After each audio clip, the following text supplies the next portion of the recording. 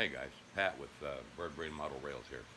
I've seen some questions about whether to use Code 100 or Code 83 in HO scale on your layouts. Something to consider. Sorry for the bad light. Something to consider. Code 100 was your original track for HO scale.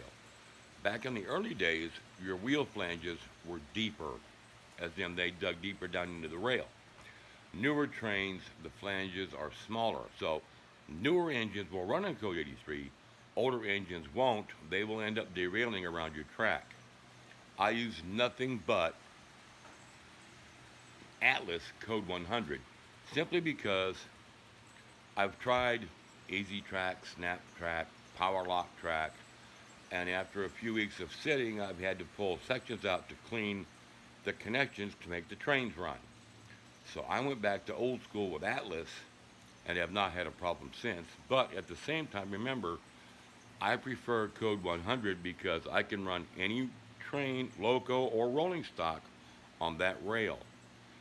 Again, don't forget to subscribe to see my additional updates.